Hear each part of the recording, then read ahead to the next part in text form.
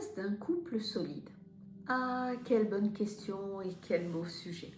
C'est sûr qu'en cabinet, je le vois souvent, comment on peut évoluer et passer les décennies.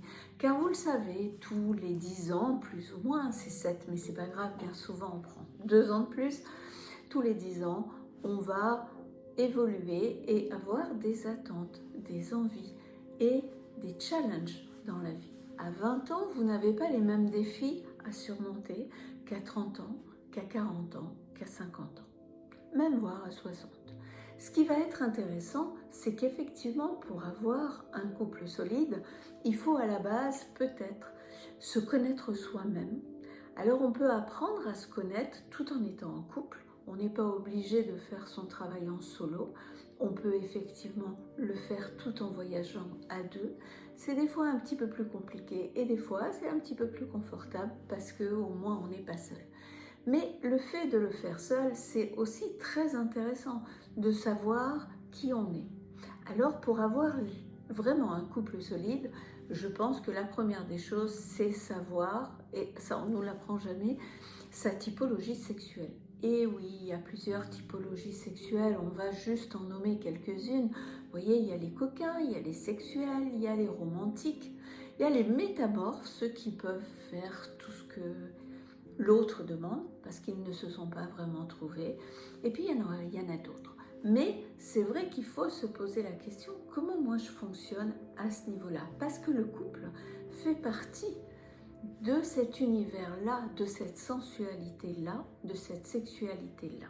Alors je reviens en vitesse sur les 4 cadrans de Ken Wilber, où il va nous expliquer qu'effectivement, il y a ce que vous êtes, qui est quand même notre ego ou l'égocentrisme, on peut l'appeler comme ça, et ça, il faut apprendre à se connaître. Puis il va avoir le nous. Le nous, c'est cette entité de deux êtres qui se connaissent et qui se réunissent et qui forment une entité.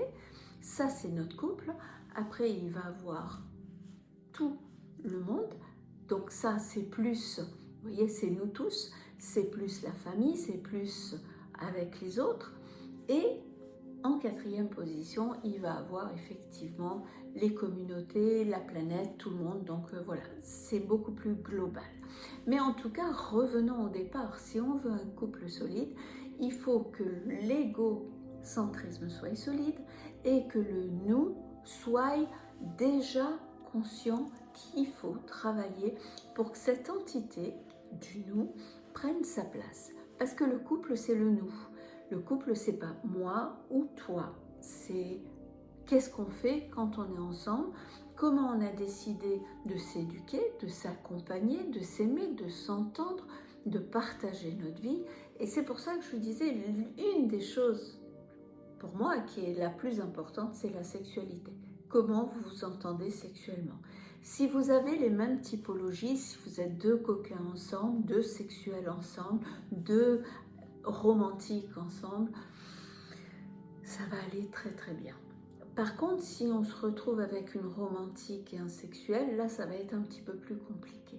Et là, il va falloir travailler un petit peu plus, il va falloir parler, il va falloir aller ouvrir ce sujet, car il est encore énormément tabou dans notre société. La sexualité, on n'en parle pas.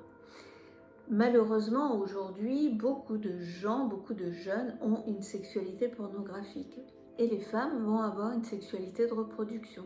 Donc, tant qu'on est dans ces âges-là, jusqu'à 35 ans, eh ben, ok, ça va fonctionner. Mais après, on va se perdre si on ne sait pas qui on est sexuellement. Donc ça, c'est une des bases les plus importantes, c'est de faire cette recherche sur notre identité, entre guillemets, notre typologie sexuelle.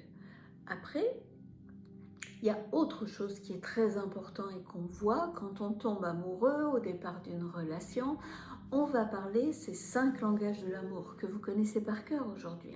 Les 5 langages de l'amour, c'est les paroles valorisantes. Oh, tu es beau, je t'adore, t'es trop mignon. Les moments de qualité, ah, on est sorti hier soir, c'était vraiment trop bien, on a pu parler, Vous voyez, ces moments qui ont de la profondeur, où on est présent l'un avec l'autre, où on est connecté. Les petites attentions, tiens, je t'ai ramené ça parce que j'ai vu qu'il te manquait ça. Voilà, les petites attentions, les services rendus et l'étreinte chaleureuse, comme j'aime bien dire. Vous savez, cet enlacement qu'on va prendre quand on arrive le soir, on prend l'autre dans les bras avant de dire quoi que ce soit et même avant de lui dire bonjour, juste on l'accueille et on le recueille. Ça fait vraiment partie pour moi des grands piliers d'un couple solide. Et puis après, il y a autre chose aussi qui est intéressant qu'on va beaucoup trouver dans le mindfulness, c'est que quand l'autre est fatigué, quand l'autre il a faim, quand l'autre il a un problème, on ne va pas rajouter quelque chose. On va vraiment essayer d'avoir nos discussions, nos conversations, ce qui peut nous faire avancer à des moments où on respecte que l'autre soit attentif et déchargé de son quotidien.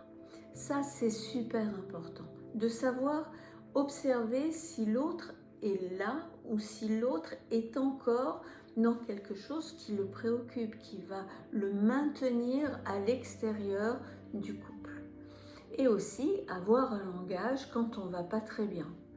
Quand on ne va pas très bien et qu'on a besoin juste de déposer quelque chose, alors on a des gens qui utilisent ce système et moi j'aime bien parce qu'on le sait au niveau de la neuroscience, il est dit à partir du moment où on prend 8 minutes 8 minutes pour déposer quand on a été surmené, stressé, mais qu'il faut qu'on pose la patate chaude, et bien ces 8 minutes, on peut se l'envoyer en texto entre amis, on peut se le dire dans un couple en disant j'ai besoin de 8 minutes là. Alors là, on sait que c'est un mode d'urgence quelque part et on se dit ok, elle a besoin de 8 minutes, je vais l'écouter, je ne lui parle pas d'autre chose, je me concentre, je l'entends. Je ne surréagis pas, je surpense avec elle ou avec lui. Donc ça, je pense que c'est vraiment les 3 grands modes d'emploi. Il y en a plein, j'en ai plein. Comme beaucoup de gens, je m'intéresse énormément au couple. C'est quelque chose qui est difficile. Surtout, pour ceux qui ne me connaissent pas, je suis thérapeute et j'accompagne. Je peux vous accompagner à distance, je peux vous accompagner en présentiel, tout va dépendre de comment vous voulez qu'on s'accompagne. Mais ce qui va être le plus intéressant dans le couple, et pour que ce couple devienne solide, c'est de savoir où on va. Un capitaine, quand il prend la mer, il sait s'il va en Corse ou s'il va en Italie. Bon, ça c'est parce que je suis dans le sud de la France. Donc, votre cap, c'est important. Il y a beaucoup de gens qui prennent le bateau de l'amour sans vraiment savoir où ils vont. On verra bien. On va pas voir grand-chose parce que aux premiers orages, aux premiers intempéries, c'est dommage. C'est dommage parce qu'on ne s'est pas posé les bonnes questions et on ne saura pas et on n'aura pas les réflexions, les attitudes, les comportements adéquats pour sauver notre couple. Même si on a la même sexualité, on peut complètement se déchirer parce qu'on ne se connaît pas entièrement et qu'on ne sait pas où on va. Alors c'est pour ça que bien souvent les couples aujourd'hui ne durent pas très longtemps parce que tout le monde veut rencontrer quelqu'un. Ouais, ok, tu rencontres plein de monde, t'as remarqué? C'est pas un problème de rencontrer. Le problème, c'est de durer dans le temps. Et pour durer dans le temps, tout le monde va vous dire non mais moi je sais ce que je veux, mais je sais surtout ce que je veux pas.